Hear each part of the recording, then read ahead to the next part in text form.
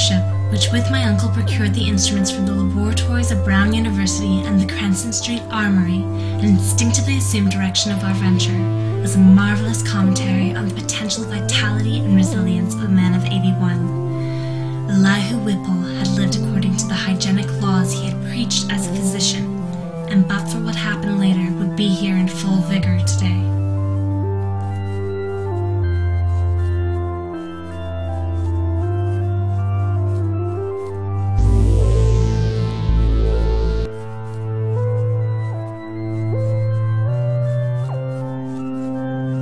What I heard in my youth about the shunned house was merely that people died there in alarmingly great numbers. That, I was told, was why the original owners had moved out some 20 years after building the place. It was plainly unhealthy, perhaps because of the dampness and fungus growth in the cellar, the general sickish smell, the drafts of the hallway, or the quality of the well and pump water.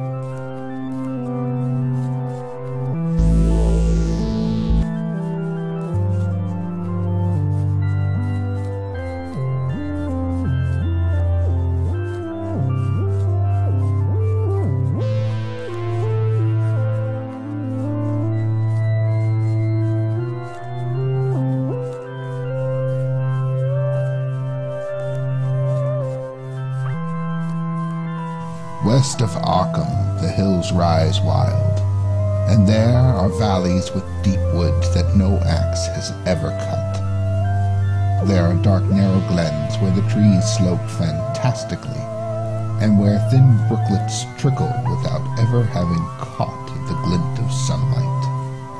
On the gentler slopes there are farms, ancient and rocky, with squat moss-coated cottages brooding eternally over old New England secrets in the lee of great ledges.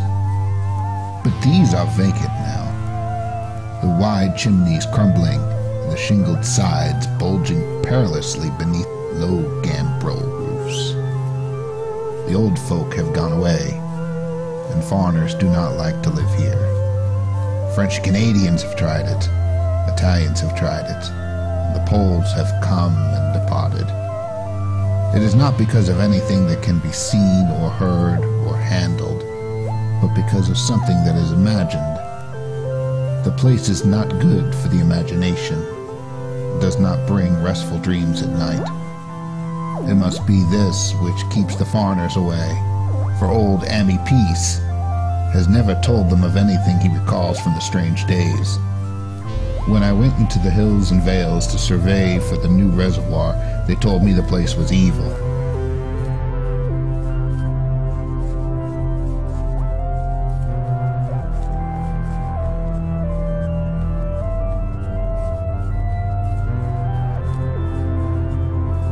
It all began, old Ammy said, with the meteorite. Before that time, there had been no wild legends at all since the witch trials. And even these western woods were not feared half so much as the small island on the Miskatonic, where the devil held court beside a curious altar, older than the Indians. These were not haunted woods, and their fantastic dusk was never terrible till these strange days. Then there had come that white noontide cloud, that string of explosions in the air, and that pillar of smoke from the valley far in the wood. By night, all Arkham had heard of the great rock that fell out of the sky and bedded itself in the ground beside the well at the Nahum Gardner place.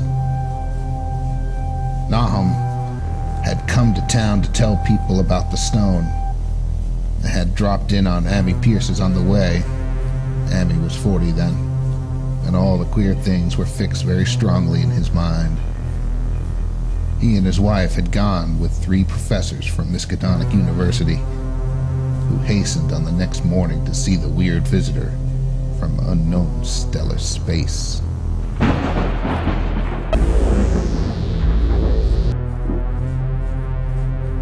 the most merciful thing in the world, I think, is the inability of the human mind to correlate all of its contents. We live on a placid island of ignorance in the midst of black seas of infinity, and it was not meant that we should voyage far. The sciences, each straining in its own direction, have hitherto harmed us little. But someday, piecing together of disassociated knowledge will open up such terrifying vistas of reality and of our frightful position therein, that we shall either go mad from the revelation, or will flee from the deadly light into the peace and safety of a new dark age. I shall never knowingly supply a link in so hideous a chain. I think that the professor too intended to keep silent regarding the part that he knew, and that he would have destroyed his notes had not sudden death seized him.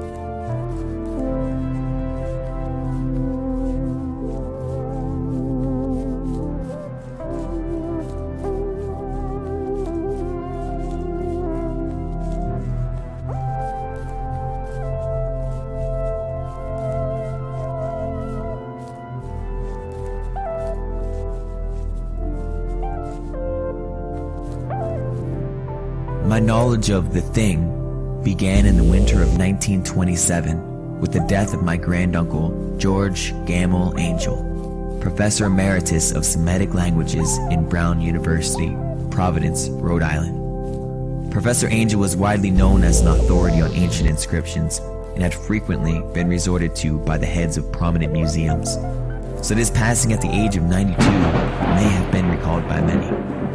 And as my granduncle's heir and executor, for he died a childless widower, I was expected to go over his papers with some thoroughness, and for that purpose moved his entire set of files and boxes to my quarters in Boston.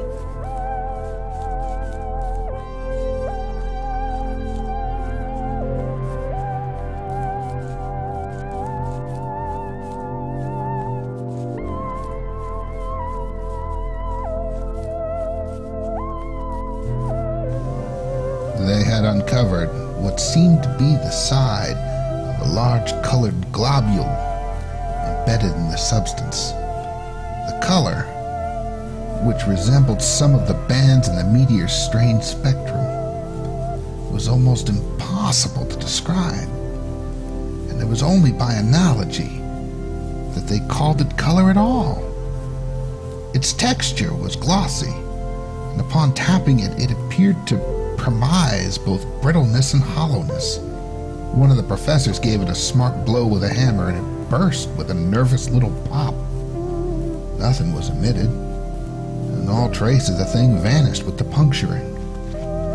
It left behind a hollow, spherical space about 3 inches across, and all thought it probable that others would be discovered as the enclosing substance wasted away.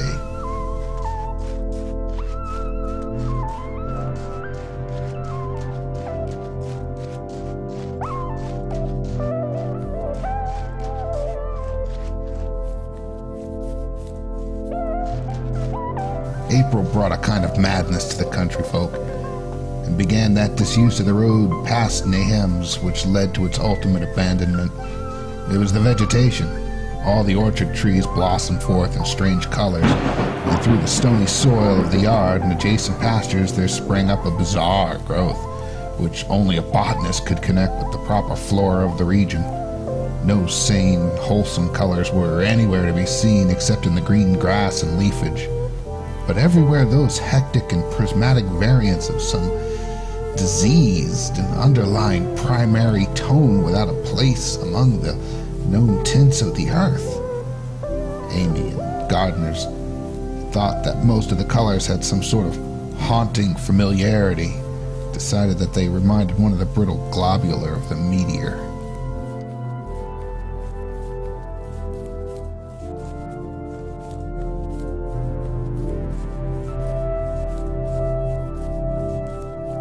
For over 2 weeks, Ami saw nothing of Nahum, and then, worried about what might have happened, he overcame his fears and paid the gardener place a visit. There was no smoke from the great chimney, and for a moment the visitor was apprehensive of the worst. The aspect of the whole farm was shocking. Grayish withered grass and leaves on the ground, vines falling in brittle wreckage from archaic walls and gables. Great bare trees clawing up at the gray November sky with a studied malevolence which Amy could not but feel had come from some subtle change in the tilt of the branches. But Nahum was alive after all. He was weak, lying on a couch in the low-ceiled kitchen.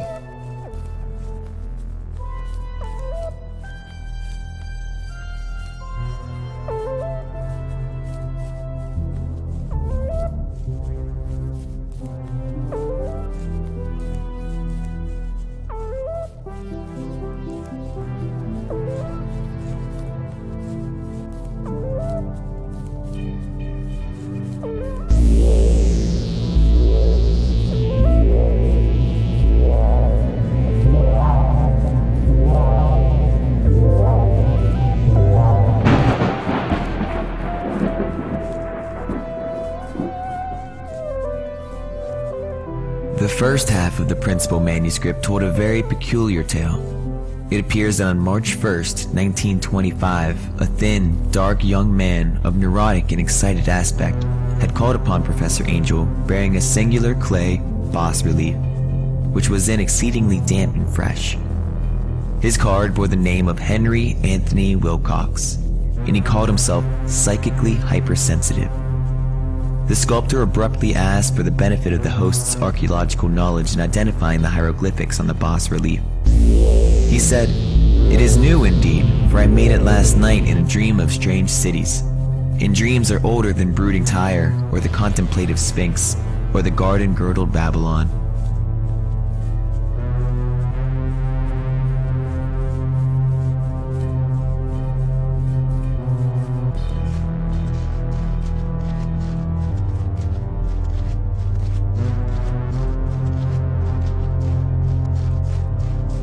Ami could not touch it, but looked horrified into the distorted parody that had been a face. "What was it, Nahum? What was it?" he whispered, and the cleft, bulging lips were just able to crack out a final answer. Nothing. The color. It burns. Cold and wet. It burns. It lives in the well. I seen it. The kind of smoke. Just like the flowers last alive. Sucking life out of everything in that zone. It wants to come in that zone. Poison the whole place. Don't know what you want. The round thing, the college, the men from the college they dug out of the zone. They smashed it. It was the same color, just the same. Just like the flowers and the plants. It must have been more of them. Seeds that grow. I seen it the first time. It's sweet. It must have got a strong one's hands. He was a big boy, full of life. It beats down your own mind, and then it gets you put it up again. In the well water. It was right about that evil water. Santa's never come back from the well. It can't get away. It draws you. You know something coming, but it ain't no use. I seen it come Santa again. It took Santa when he was weak. It was now again. My head's so good. I don't know how long. I can figure it out. It'll get it if we ain't careful. Just the color of the face. Just the color of the face. It's getting to heat that color towards night. It burns. And it sucks. It comes from the same place as the war. And things like that all here. Only the professor said so. He was right. And look out. It'll do something more. It'll suck your life. But that was all. That which spoke could speak no more, because it had completely caved in. Ami laid a red check tablecloth over what was left and reeled out the back door into the fields.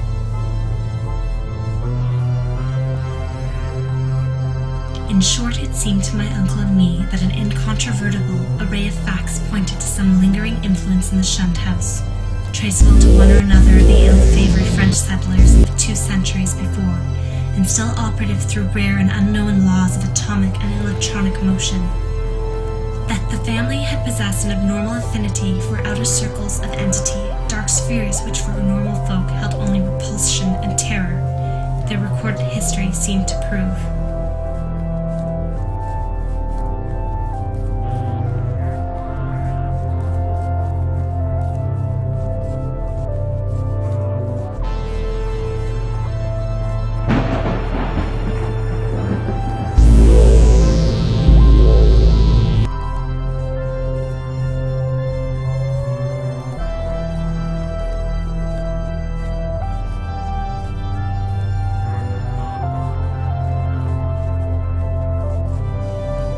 considerable questioning at the police station. And in the end, Amy was compelled to take 3 officers to the Gardner farm. Together with the coroner, the medical examiner, and the veterinary who had treated the diseased animals, he went much against his will. For the afternoon was advancing, and he feared the fall of night over that accursed place. But it was some comfort to have so many people with him.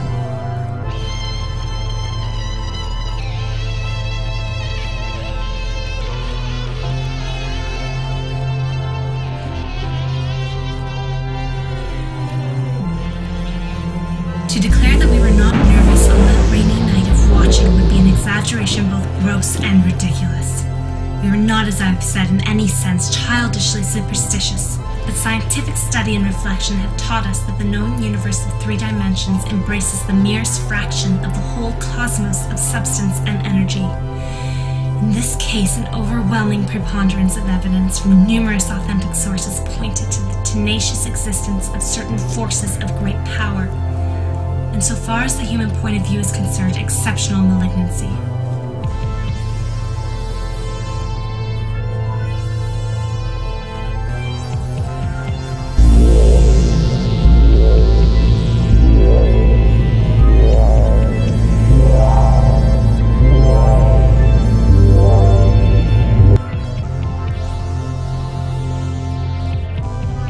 Such a thing was surely not a physical or biochemical impossibility in the light of newer science, which includes the theories of relativity and interatomic action. One might easily imagine an alien nucleus of substance or energy, formless or otherwise kept alive by imperceptible or immaterial subtractions from the life force or bodily tissues and fluids of other or more palpably living things into which it penetrates, and with whose fabric it sometimes completely merges itself. It might be actively hostile, or it might be dictated merely by blind motives of self-preservation. In any case, such a monster must of necessity be in our scheme of things an anomaly, and an intruder whose extirpation forms the primary duty of every man not an enemy to the world's life, health, and sanity.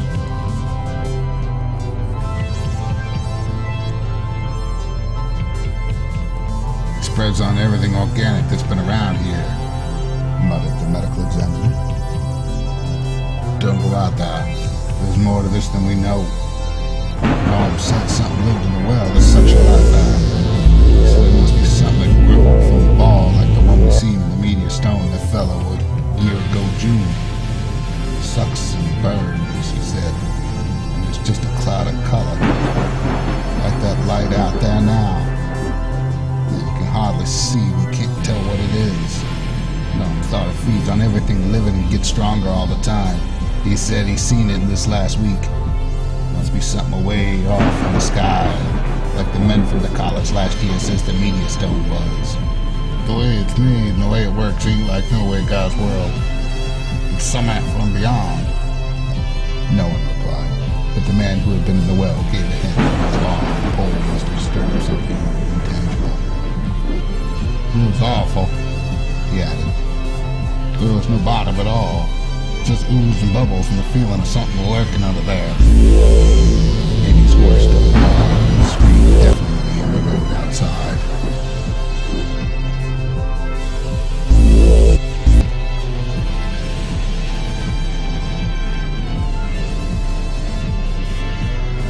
It was then that he began that rambling tale which suddenly played upon a sleeping memory and won the fevered interest of my uncle. There had been a slight earthquake tremor the night before, the most considerable felt in New England for some years, and Wilcox's imagination had been keenly affected. Upon retiring, he had the unprecedented dream of great cyclopean cities, of titan blocks and sky-flung monoliths, all dripping with green ooze and sinister with latent horror. Hieroglyphics had covered the walls and pillars, and from some undetermined point below came a voice that was not a voice. Chaotic sensation which only fancy would transmute into sound, but which he attempted to render by the almost unpronounceable jumble of letters.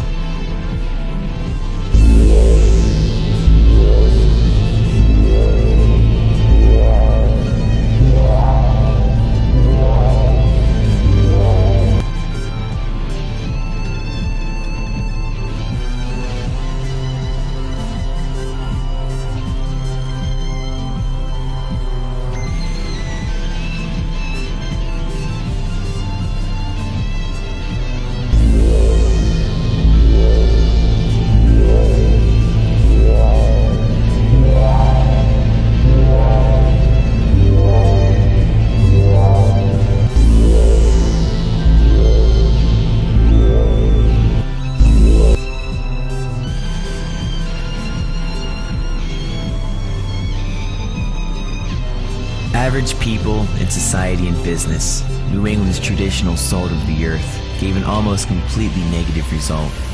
Those scattered cases of uneasy but formless nocturnal